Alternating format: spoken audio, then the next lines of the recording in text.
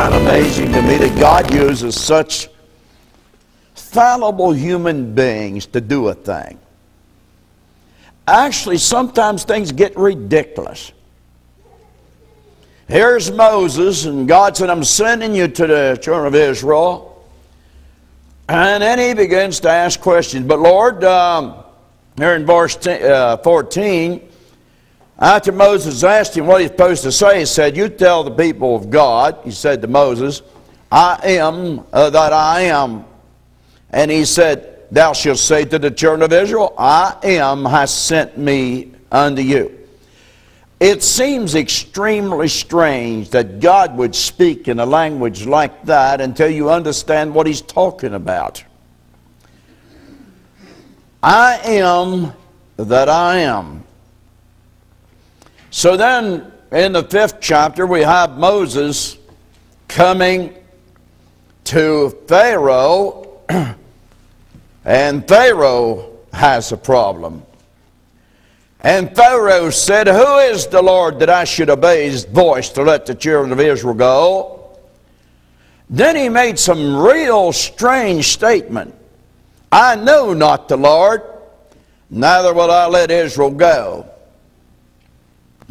You know, many are in that shape today. Many people today don't know the Lord, or they wouldn't talk like they do.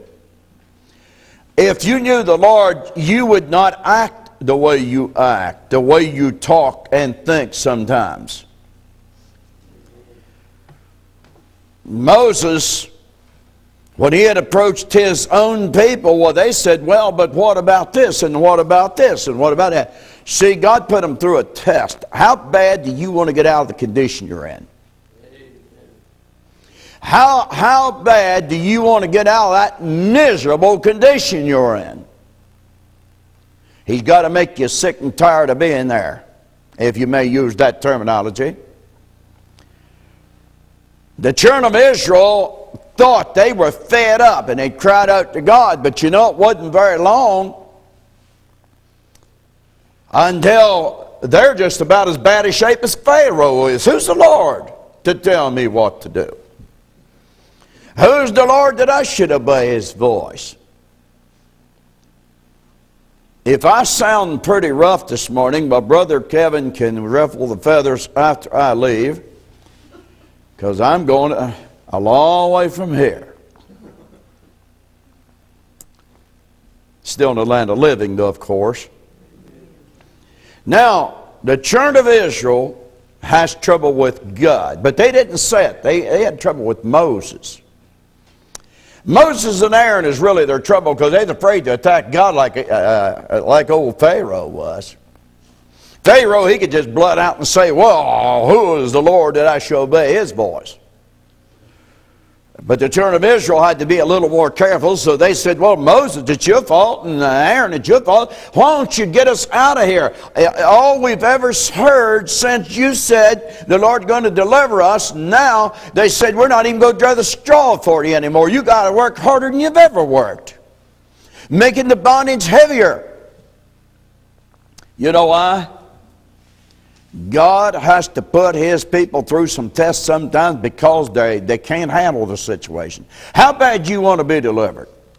I'm asking you this morning, how bad do you want to be delivered from your miserable condition? How bad do you want? So Pharaoh was soon to find out, I am that I am. He was about to come head on to that great, majestic God. So Pharaoh says, who are you, Lord? Who is this Lord?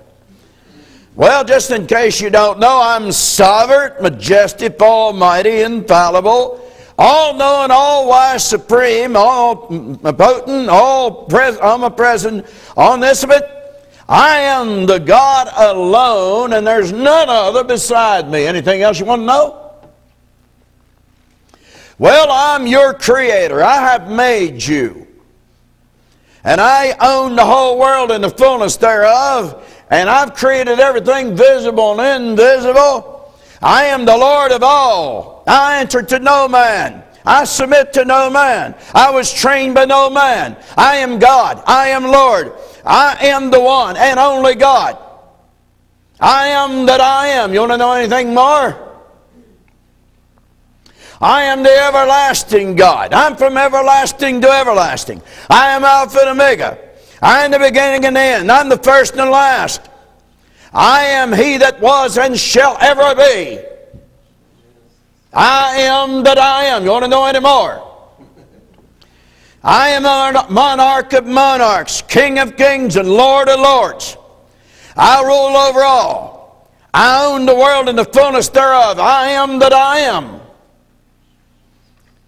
You want to know any more? I am holy. I am righteous. I make no mistakes. The words that are going out of my mouth shall not return to me void. What I have spoken shall never be changed. I am that I am. You atheists that say there's no God shall face me. I say every atheist, agnostic, idol worshiper shall bow his proud knee and acknowledge that I am God and there's none other. For it is written, as I live, saith the Lord, every knee shall bow unto me and every tongue shall confess to God that I am Lord. I am that I am. If you want to get through to the promised land that I promised you, you're going to find out who I am. All right? Who's in charge of your life? I am. Oh, you got a problem. Who do you wish was the Lord of your life? I am. That's who I need. That's who I need. I am is going to change from I am in charge to I am is in charge. The great super I am. When we get in trouble is this I. The children of Israel starts out of Egypt. What they didn't know that they was about to run into a problem. God's not finished with them yet. They're not ready to go. They're not ready to receive all the blessings God has for them. They're not ready. They don't have any knowledge of knowing what they're getting into. So God said, all right, tell you what you do. You go borrow a pretty big borrowing deal here.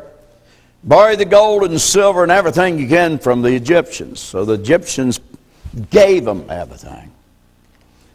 They went out, paid for their labors all those years free of charge. You don't know how much gold and silver and stuff they had. But God is going to test them because He's going to give them a mighty blessing. And I'm not going to go through all the Red Sea stuff, but they came through the Red Sea finally at last. But from Egypt over to the Promised Land, there's a space of time in through there. There's a place we have to cross.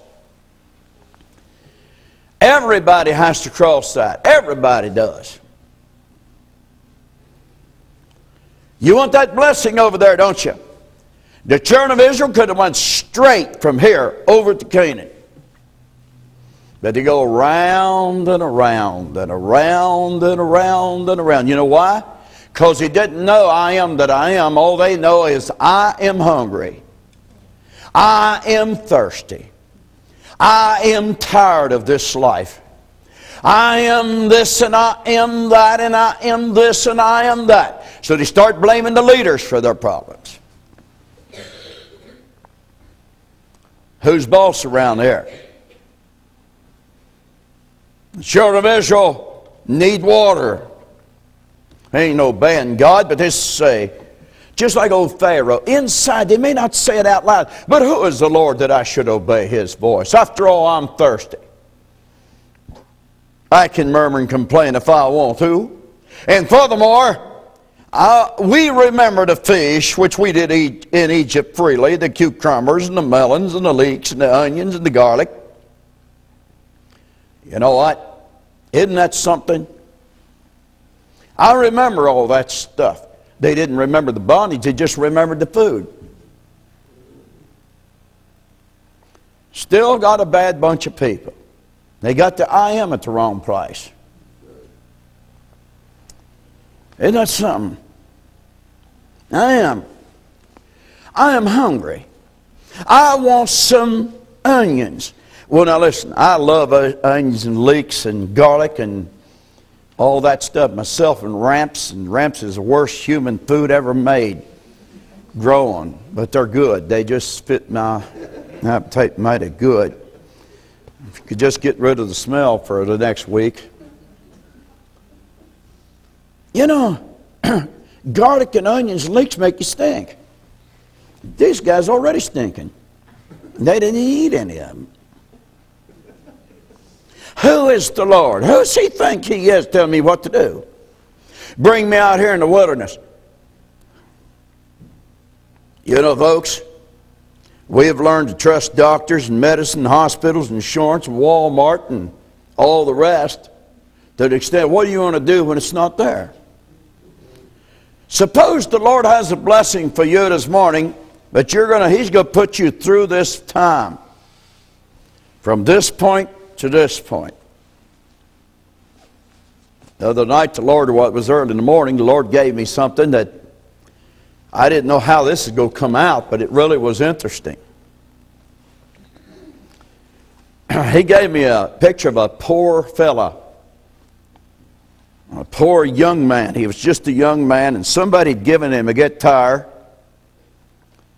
And this is an interesting story to me because somebody had given this poor boy this guitar. And he had learned to play it, and he really liked the thing. So one day he started praying. He was a Christian. He started praying and said, Lord, you know, I really need a new guitar. I'd like to have a new one, but I don't have the money, but maybe somehow you could get me a guitar some way. So it went on, and one day a fellow came to him and said, saw him playing his guitar. He said, hey, I'd like to have that guitar. Would you give it to me? He said, that's the only thing I got.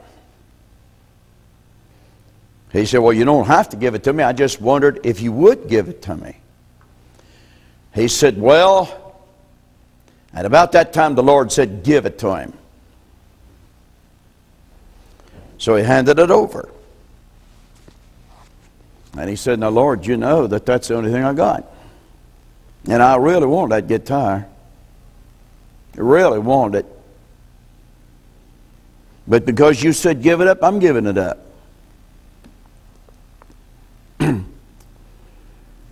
So this fellow sat around several days and said, now, Lord, I really need a guitar. Because I like to play it and keep me cheered up and all that. I worship you with it. One day this fellow comes back carrying a guitar. He said, would you like to have his guitar back? He said, no, I don't. He said, I gave it to you. Well, he said, I give it back to you. I mean, you can have it. He said, no, the Lord told me to give it to you. I'm not about to take it back. Okay, he said, just a moment. He goes up to the car and comes back with a brand new guitar. An outstanding guitar in a brand new case. And he said, the Lord's putting you under test. He told me to buy you a guitar, but I had to take yours first. Boy, when he gave me that story, that thing thrilled me to no end. See, he didn't know it. What would you have done? What would you have done? From this point to that point, we may cross the valley. God cut the water off. It wasn't the electric company to cut off the water. God cut off the water. You're going to find out who I am that I am is. I am your provider. Do you understand I'm your provider? You understand that? It don't matter how much water is in the world. I tell you what, you could be on a ship in the middle of the ocean with water all around you and perish. because the water's not any good for you. You can't use that water. God cut off the food supply. Walmart's closed. Where are you going to get your supply? Could God actually supply all this? Now, you think about the tons and tons and tons of materials need to take care of those folks. How many train car loads of water did it take a day? 8. So many miles long of water, train car loads of water took water those fellas. What's God going to do? Food. I mean, there's not that much food out there. Where are we going to get it? God said, I'll take care of it. See, God will let you go through some of those tests, and children of Israel failed those tests. Because they got the wrong I am in the wrong place. Who's in charge of your life? I am. Which I am, you or him? I am that I am is in charge of my life. That's who's in charge of my life. The atheist, he comes along and says, I don't believe God. I don't believe there is a God. Well, the Bible says, be still and know that I am God. I will be exalted among the heathen. I will be exalted in the earth. I'm going to be. I'm God. And the atheist says, who is the Lord that I should obey him?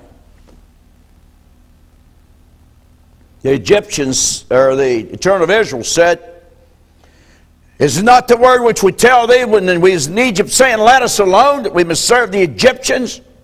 For it had been better for us to serve the Egyptians than that we should die in this wilderness. Same old atheistic thoughts. Who is God? The atheist goes around and brags about himself. You know, I can do as I please. I mean, there is no God. You know, I don't believe in a God. Yeah, wait a little.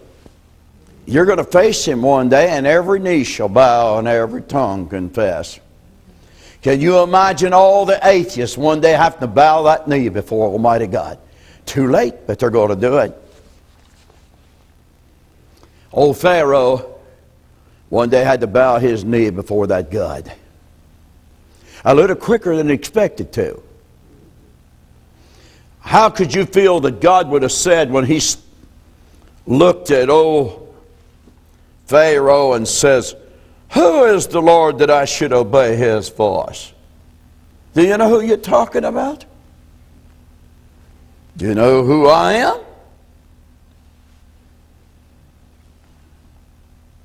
I know not the Lord. I know you'd better had known him. And the sinner today said, I'm a sinner, I can do as I please. The Bible says, yet thou shalt be brought down to hell. But I can do as I please. I mean, after all, I'm a sinner. You have no right to be a sinner. It's a terrible violation to be a sinner. God said, I made you, I require you to serve me, but I know not the Lord. And who is the Lord that I should obey his voice? He said to Capernaum, which acted pretty smart about things, he said, Capernaum, you're going to be brought down to hell. If the mighty works had been done in Sodom and Gomorrah as were done in you, they'd have repented. You don't repent. You don't do nothing about it.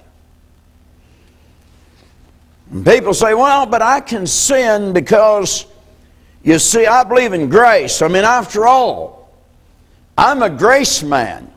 I don't believe in this works business. I'm just grace man. Well, let's see what the Bible says. Romans 6:23 says, for the wages of sin is death, but the gift of God is eternal life through Jesus Christ our Lord. Who's in charge of your life now, sinner? I am. If you change your life, I am can be in charge of your life and you're better off. Who is the Lord that I should obey his voice? After all, I don't claim to have any relationship with God. I don't claim to be a Christian.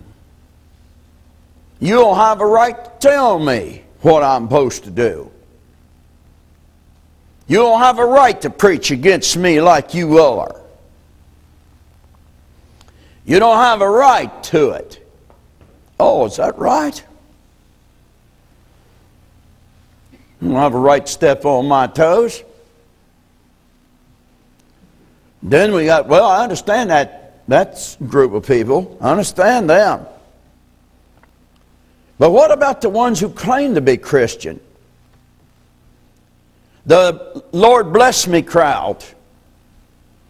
I don't owe the Lord anything. He owes me. No, He doesn't owe you anything. Bless me. Lord, you're my Santa Claus. Whatever I need, you provide. And you need to because you promised it. No, He didn't. He didn't promise nothing to you. He promised to those who will, He said those will be blessed. Who will be blessed? He said, well, what did He say, really? He said, you have to diligently serve me with all your heart. I better get a first sim reading in. I can't even quote the thing. Deuteronomy 28. Let's see the very first verse here. I know how it goes somehow or other. I can't quite get it together. And here it is. And it shall come to pass, if thou shalt hearken diligently unto the voice of the Lord thy God, to observe and to do all His commandments. Well, wait a little. I don't have to do them all, do I? I mean, what's the use of grace? I mean, all of them. Yeah, if you want to be blessed, you have to do them all. Yes, but now wait a little. Yes, He said you have to hearken diligently. Oh, who's the Lord that I should obey His voice? Hearken diligently to me, He said, and observe to do all that I command you. That's why so many people in the church are miserable, sad, brokenhearted, discouraged, perplexed. That's why a lot of these Santa Claus worshipers like to leave and go somewhere else. Because they can get with a crowd that says God loves me whether I live right or not. God loves me. Let's see what Jesus said about that in John 14:21. He that hath my commandments and keepeth them, he is he that loveth me, and he that loveth me shall be loved. Who? He that loveth me shall be loved of the Father, and I will love him and will manifest myself to him. Who is the Lord that I should obey Him? Yeah, that's a pretty good question here. Who is the Lord that I should obey Him? He said, if you love me, the Father will love you. Oh, no, He going to love me regardless of how I act. You know the worst thing about it, there's millions of people in hell today that heard Jesus loved them. You can't get saved by love. Love is a result of you being saved, or the reason you are saved, but that love don't save you. Just because God loves you. Then there's some say, well, I love the Lord. I really do love the Lord. If you love me, keep my commandments. I know a man that was living in open rebellion against God and sin, and he said, well, Brother Rhodes, he said, I know I don't live right, but I couldn't be lost if I wanted to be. Why would you want to be lost anyway? I said, you're not listening to the Word of God. If you love me, keep my commandments. But I don't want to keep the commandments. Who is the Lord that I should obey His voice? Because I am that I am, that's who. I am that I am. That's all you need to know. Sounds strange. But you know, once you understand this formula, if you may call it that, once you understand it, it sounds a whole lot different. Yes, I am is in charge of my life. I am willing to submit to I am.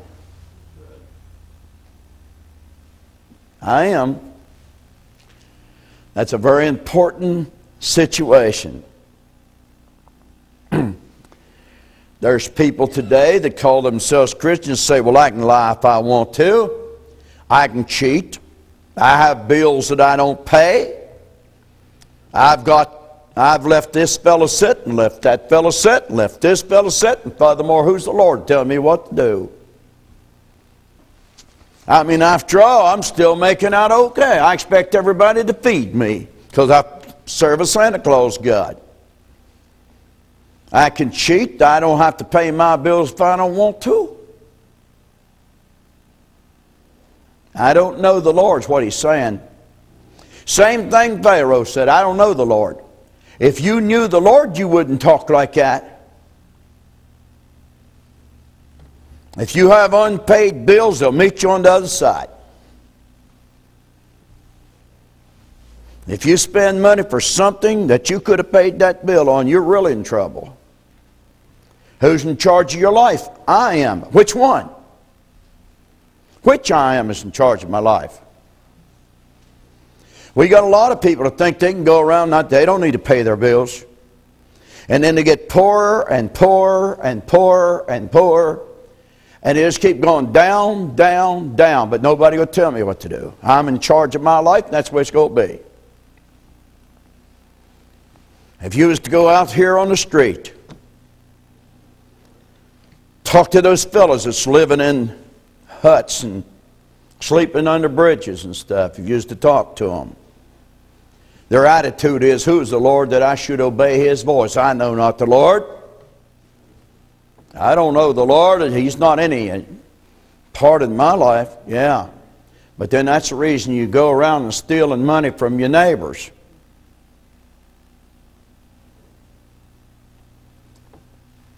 There's people in the church today that says, well, I'll tell you what,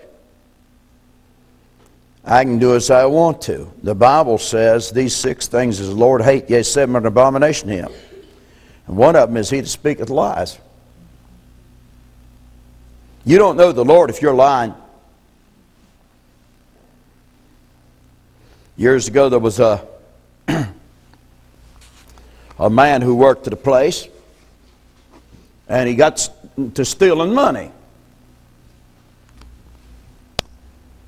He'd take a little money out of this and a little money out of here.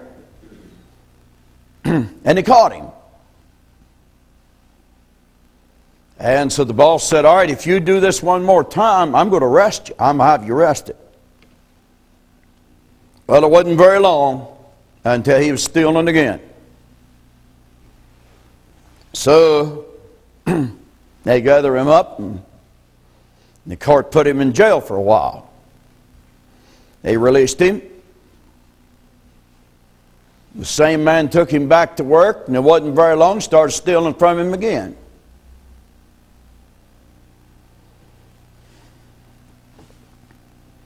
You know, he's a liar.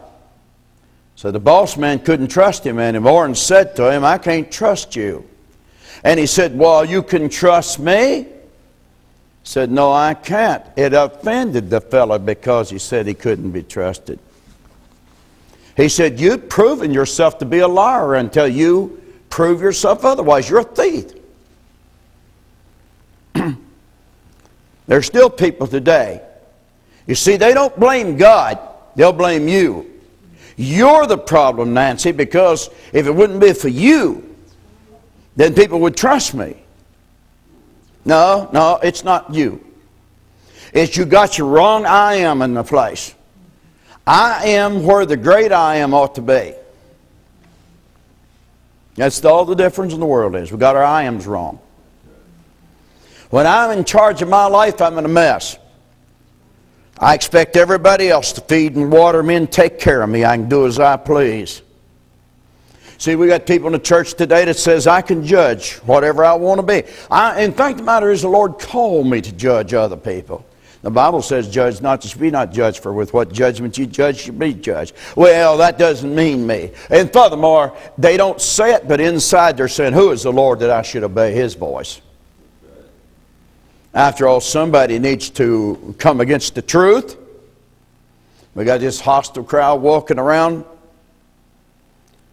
Jesus said in Luke chapter 6, 37, 38, the good old scripture they used to raise money with, Judge not, and you shall not be judged. Condemn not, and you shall not be condemned. Forgive, and you shall be forgiven. Given, it shall be given you. Good measure, pressed down, shaken together, and running over, shall men give to your bosom. For with the same measure that you meet, wherewithal shall you measure again, be measured to you again. I know not the Lord. Furthermore, who is the Lord that I should obey His voice? We're going to find out one day. Folks, if you think you can get away with this thing, it's not going to last long, I can tell you that. It's not going to last long. We think we can go around and do as we please. We think we can go around and just, well, God loves me, so I just go do as I please.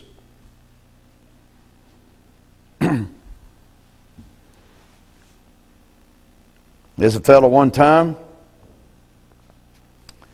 wanted to borrow money to buy a home. I know this man personally. He went to borrow money to buy a home.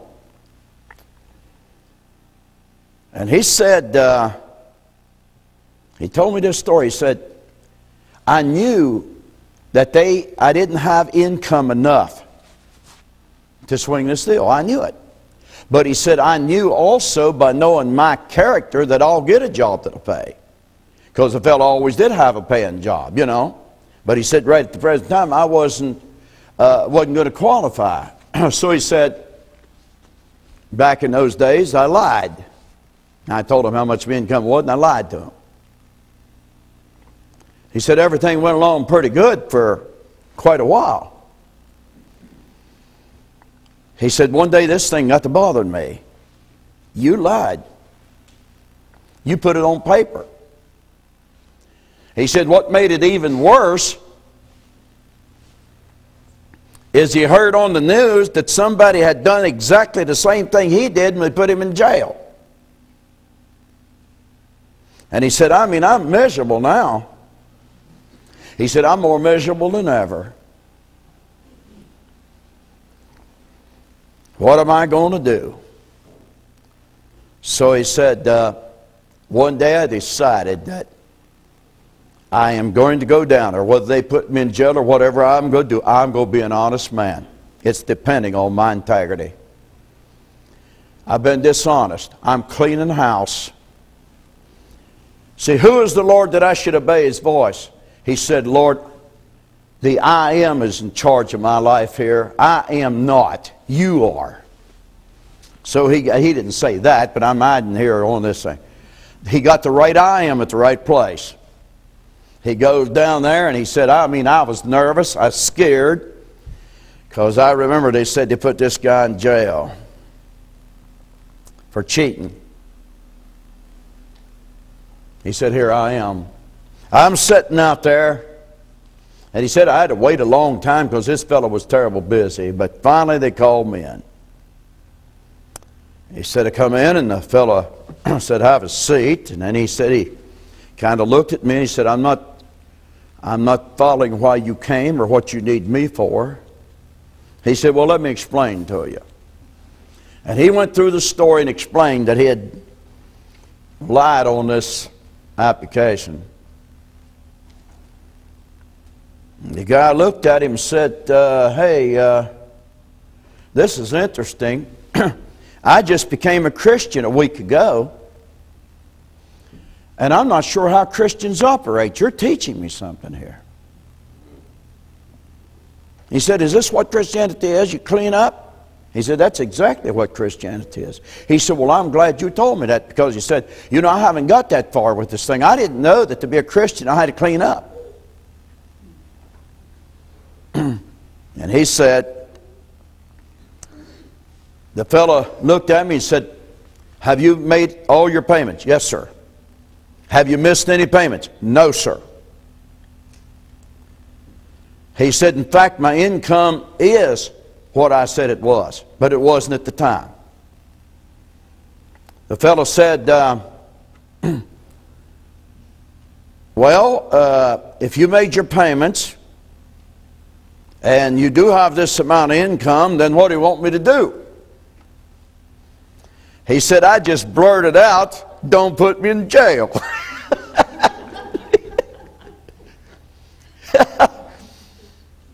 The fellow said, well, since you have cleaned up, and since you have taught me something too, and since I know you mean business, and since you're paying your bills and have proved to be an honest man, I don't see that we need to carry it any further. I'm in charge of this bank. I don't know we have to carry it any further. He said, I walked out, brother. He said, I'm going to tell you one thing. I walked out of the bank different than I walked in. See, God's going to watch what are you going to do. What are you going to do now?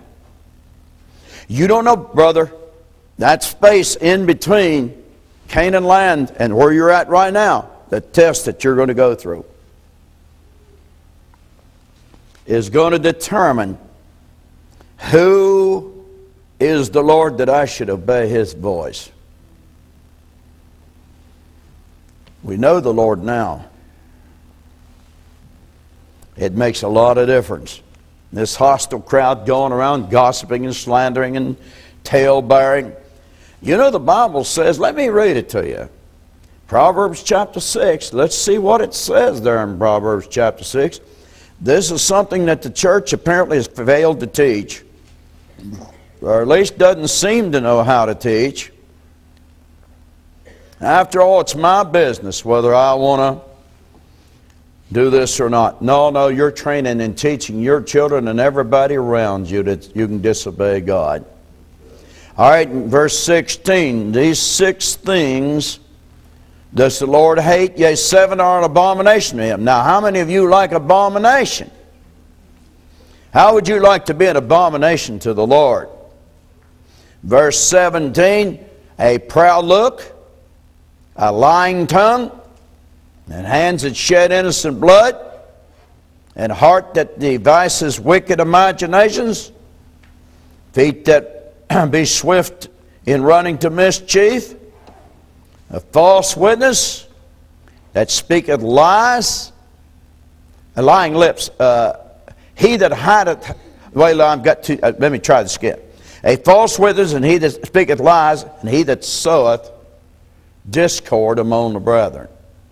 I'm trying to quote from another place. He that soweth discord among the brethren. God hates it. It's an abomination to God. I know, folks, this is the only church that I know of you're going to hear much of this kind of stuff. God's going to call us into accountability. One of these days, we're not going to have the same amount of water we had. Let me tell you something that you already know, but you need to have it drawn to your attention. Do you know? This afternoon, at 3 minutes after 4, we could have an earthquake and change the whole everything. Your house could be completely destroyed. Your food's all gone. Your water's all gone. Everything's off. You have nothing. You can't even trust the land you're standing on because it could quiver and shake any moment. That drastic change. An honest, reliable, dependable, God-fearing, holy man, woman of God can throw themselves on the Lord and know He'll take care of me because I am is in charge. The crook will run around starving to death. He'll never make it. God's not even going to, God, He's under a curse. In fact, the matter is, God doesn't care if he cries. You know what? This is serious business. We're coming to a risky time in life. We're coming to a very dangerous moment. Even the people that run the world tell you that we're getting ready to be hit by earthquakes and volcanoes and storms like we had never known before. It's even predicted by the people that's in the world. Economy crash, everything coming down.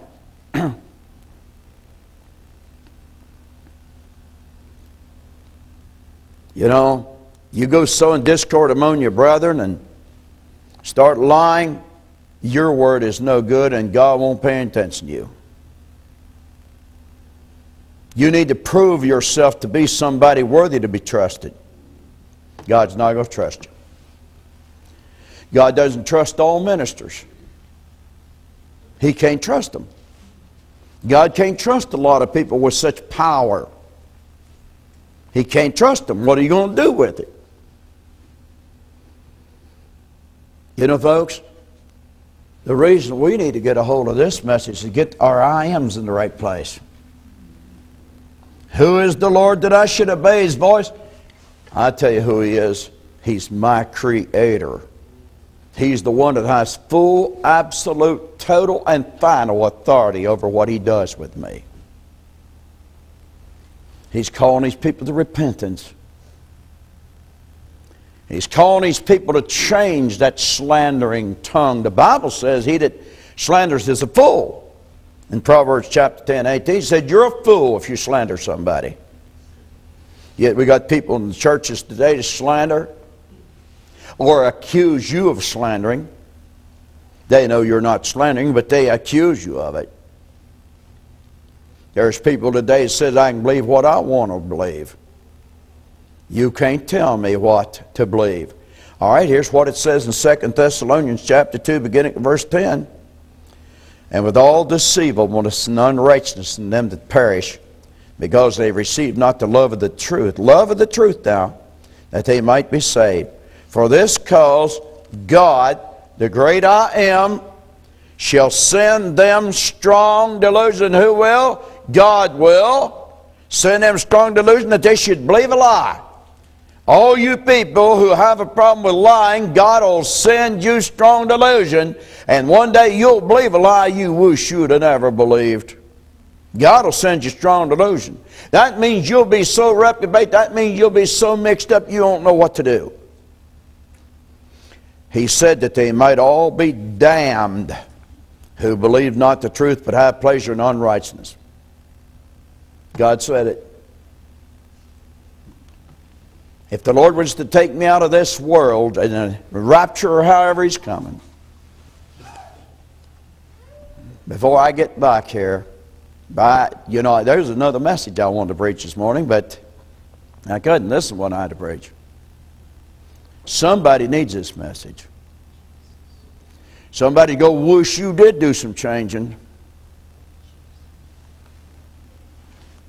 And I'm here to help you do that changing too.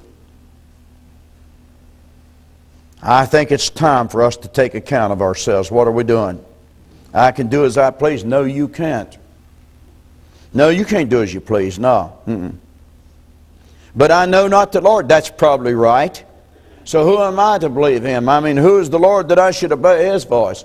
You'll obey Him one day. I know not the Lord. That's the sad part of it. It's time to find out where we stand. Beloved, it's not the person that says, I love you. It's a person that does love you, speak the truth. It's not the person that says, I love you. It's the person that actually shows it. It's not what you have been. That has nothing to do with it. The church may hold something against you that you did years ago, but God doesn't. Once it's taken care of, it's over. You don't get those guilt trips over that. The accuser of the brethren can be in operation, but I'm talking about people's either not even intending to change or at least they haven't changed. People say, well, I don't believe in the fear of God. I had a fellow tell me one time, said, I don't believe in fear of God. We shouldn't fear God. That's Old Testament teaching. Well, the New Testament, Romans chapter 3:18 says there's no fear of God before their eyes, and they do anything they feel like doing. See, people are not afraid to sin. They're not afraid to lie. They're not afraid to cheat. They're not afraid of nothing. No fear of God. You realize that? You no fear of God.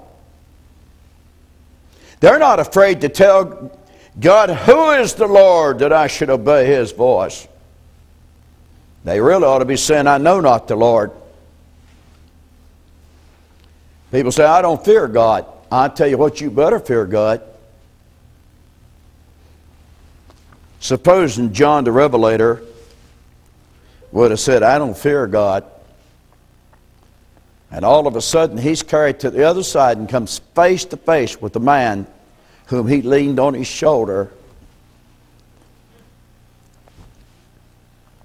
He leaned on his shoulder. He rode on the Sea of Galilee with him. He was there. But I didn't know that's who he was. Here he just sees him majestic and gloriously lifted up, his face blazing with the glory of God on him, and he fell down at his feet as dead. You think John's message to us is fear God?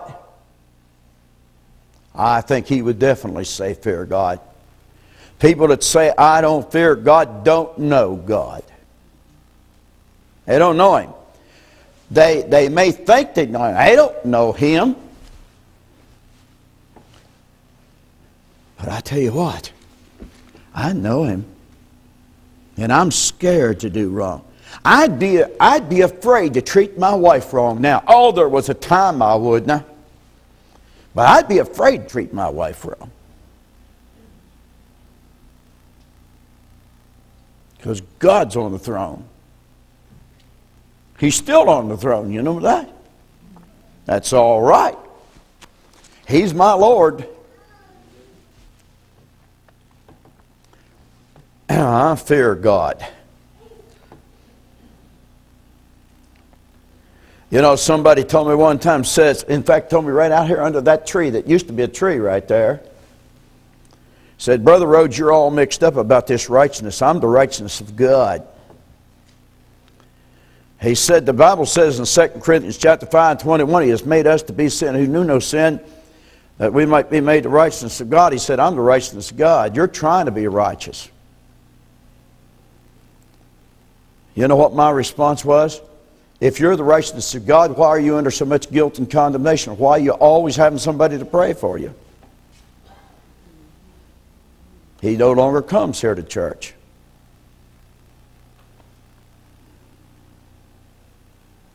People told Mr. Tozer, Aiden Wilson Tozer, said, you better quiet that message down a little bit. As you get older, you're getting more stern. You're going to lose the young people. He said, maybe I will, but I'm not going to lose you. You're going to know what I'm said before I get out of here. I'm going to send you a warning now. You know what? The fear of God needs to return to our churches. No, you're not righteous if you're not righteous. In fact, John said, he that's righteous will be righteous. He always will be. But we could say, well, who's the Lord that I should fear Him?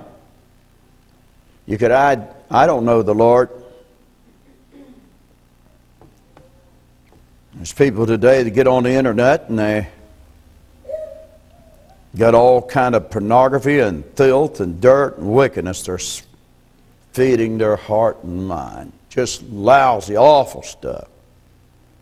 You say, well, no, that's my business. No, it isn't your business. It really isn't. You're affecting people all around you. But I'm doing it in secret. No, there's nothing in secret that won't be revealed. That pornography stuff is going to come out one day. We got people running around saying, well, I can live the way I want to live. A woman came to me one day and wanted me to pray for her daughter. And she said, Brother Rhodes, my daughter dearly loves the Lord.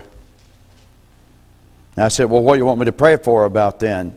She said, well, she's in drugs and alcohol and she has a lot of sex problems. My Bible says if you love the Lord, you keep the commandments. What is wrong with us?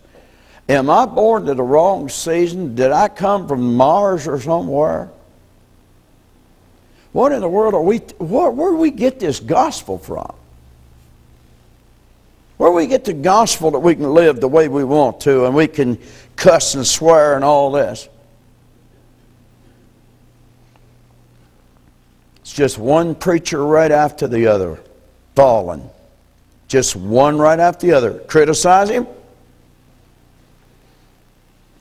Tell you what, get the church straightened up and your preacher will get straightened up too.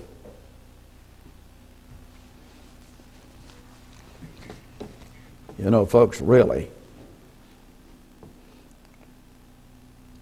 we got to know how to handle our bodies. Hebrews 13:4 says, marriage is honorable and all, and the bed undefiled. For the whoremongers and adulterers God will judge. He didn't say He may, He said He will. I'm not talking about people who used to live wrong. I'm talking about people who's living wrong now. And maybe hearing this tape. God's calling His people to repentance. He's not bringing up your past, He's bringing up your present. What have you done with your life? What are you doing with your life? As I bring this message to a close, let me ask you this. Who is the Lord that I should obey His voice? He's creator of heaven and earth. That's who He is.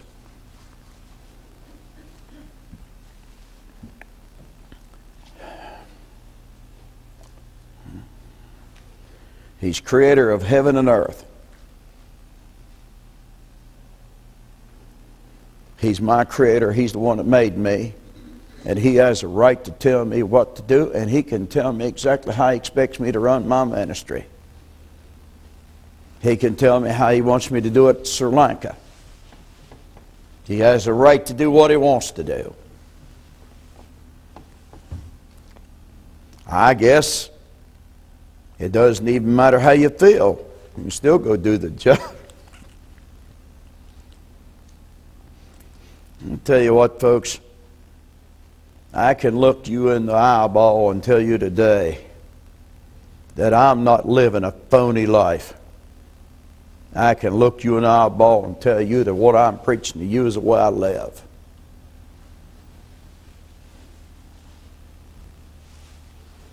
When I get in trouble like I'm in right now with this physical problem, I got a God in heaven that cares.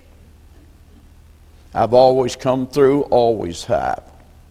I've never been paralyzed this much, but I've always come through. I tell you, folks, who's my healer? I am. Who's in charge of my life? I am. Not me, Him. You're going to determine today who's in charge of your life when you walk out of these doors. What are you going to do with your life? Are you going to change the necessary things, or are you going to take charge of your own life? I can drink all the liquor I want to drink. I can do what I want to do. I can smoke and get lung cancer if I want to. I can chew and get cancer of the mouth if I want to. I can do as I please. Until this great I am steps up and says, I am that I am. Then what are you going to do? See, a rich man said one time, he said, what I'm going to do, I'm going to tear down these barns and build greater. Well, that seemed like a lofty idea. It sounded like a good idea. What was wrong with it? But his attitude was wrong. But all of a sudden, he got a message from heaven. Tonight, your soul will be required of thee, and then who shall these things be? That changed the whole everything. No, you're not building barns bigger. I don't know what he meant by soul required of thee. I'm inclined to believe, I didn't say this is the way it is. I'm inclined to believe the man lost his mind. He trusted in all that junk, and now he can't think straight anymore. Couldn't even manage to get the thing done. God's still in charge. I said to the Lord, Dave, what am I going to do with this message if we have visitors? He said, preach it.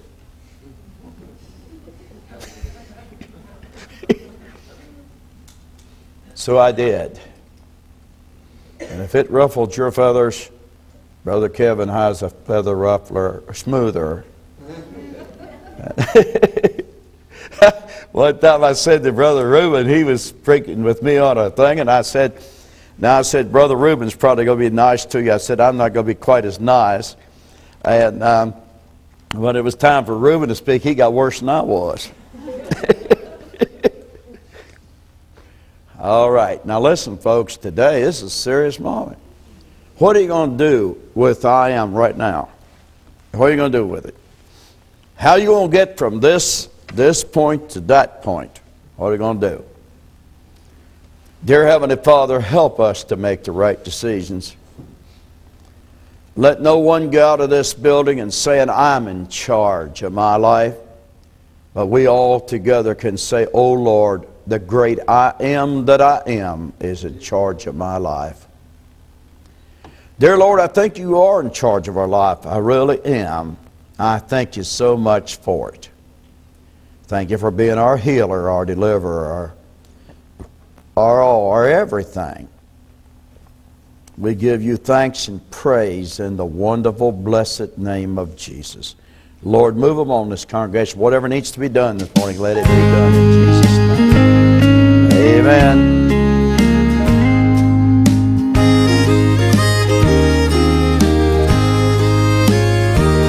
When loved ones are called to go over home to the glorious land of the bliss, all sorrow shall cease, for all will be peace in the land that's far better than this.